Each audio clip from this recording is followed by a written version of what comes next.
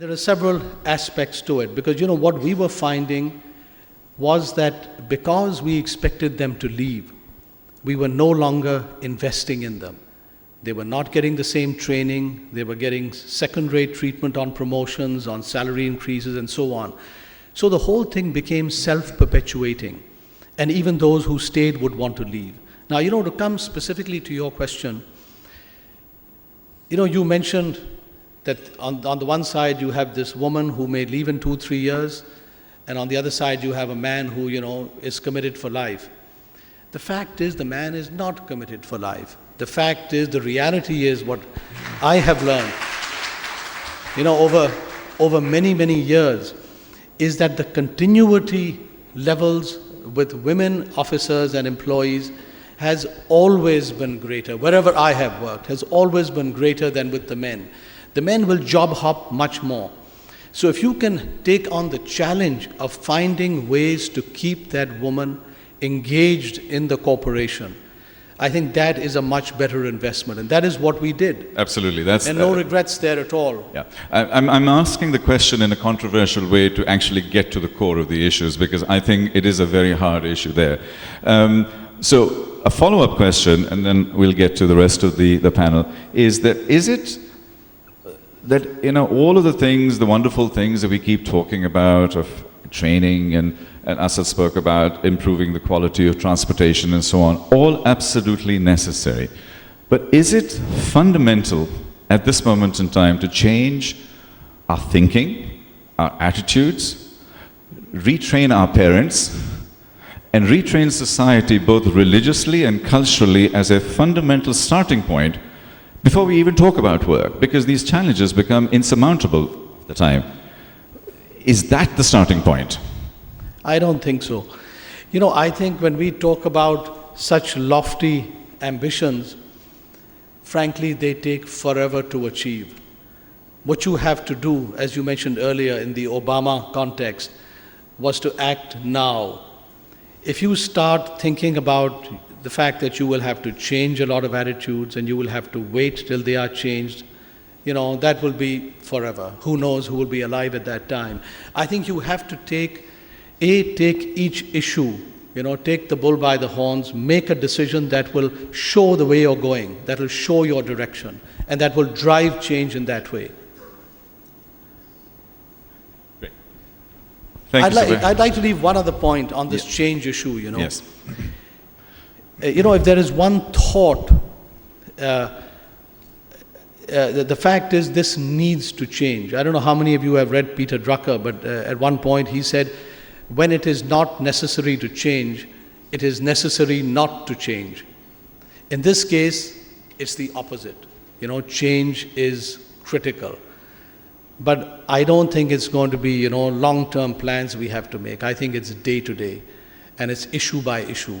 And it's having a framework and policies that will force people to hire the best, to promote the best, and so on and so forth. And if you follow that merit route consistently, women's natural talents, I think, should bring them to the fore. Great. Thank you, Zubair. Thank you very much for that. Now we're going to go to the softer side of stuff in terms of our business, and I'd like to bring in Nabila, who is an image consultant. So forget the MBA, forget all of the bits and pieces. Do you look good? Do you look right? Do you have the right kind of tie? Do you have the right kind of dress? And do you project yourself well? I'm exaggerating. Is that what you do, Nabila? Is that what your life is about? Well, that's what I do for a living. Can you hear me? Hello, can you hear me? It's on. You can speak in that? Yeah, that's what I do for a living. And there's obviously a lot more to life, and I remember your comment about whether I work inside out or just work on the exterior. I think it begins from the inside, and it's very, very important to invest in yourself, your spirit, your mind, your soul, and then your body. And the packaging is very important, as anyone in the corporate sector would say, and that's where I come in. But the fact that the product is good is a given. So, we will stay with that. I know it sounds a little bit shallow, but I don't believe it is. The question I have, Nabila, is, and this is really as part of emerging trends in corporate life, image management and the way you project yourself is extremely important. I mean, I mentioned Obama earlier. Obama is a classic case study in packaging. He's a great communicator, but he's extremely well packaged. And right down to his family, his 2.2 kids and 1.2 dogs, and every single thing is totally and completely packaged. He does it really well. Is that what you are suggesting that our business leaders and our corporate leaders and individuals should do, is to package themselves well to succeed? Absolutely. Absolutely. And it can go from teenagers to housewives to corporates, musicians, movie stars, politicians, everyone. So what type of things does that do to an individual? Is it about enhancement of self-esteem? Is it about confidence? Is it about perception? What are you trying to reach? And what is this emerging new trend that's coming in? It's all of the above. It's all of the above. It's the perception that you create, the impression that you set, the message that you send two-dimensionally before you even open your mouth and tell them what you have to offer, which sets your foot in the door. Okay, so when you're talking to people, whether it's in business or politics or even in life, do you actually sit down and sort of say, these are the substance issues and these are the surface issues, and we need to address both of them? Or is it like, you come in, I'm going to make you look really good and get the right dress and the right this and the right that? No, it doesn't. Because to me, like it starts getting a bit shallow at that point in time. Yeah, it doesn't work like that, unfortunately. You can't just do the exterior.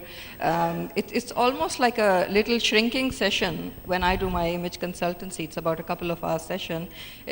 I need to suss out a lot more than the exterior. We have to see where you're placed, your career, where it's going, where it needs to go, where it wants to go, where it should go. Your age, your standing, your role in life, and whatever that you have and where you need to get, and then how to package yourself to get to the next level. And there are times when I end up sending my clients to plastic surgeons or shrinks, so because there's only a certain limit that I can do. I was about to get to plastic surgeon and shrinks. There's a lot more to it. So you're a smarter, cleverer version of a plastic surgeon and a shrink together? Absolutely, if need be. Sometimes just a mind coach or a yogi, so it depends on what the individual needs. Yeah. The reason I'm interested is because I try to do both sides. I do yoga, I do meditation, I have a life coach. So, that's the E part of me I was talking about. So I totally understand that. But I think at the same time, we focus on issues of substance also.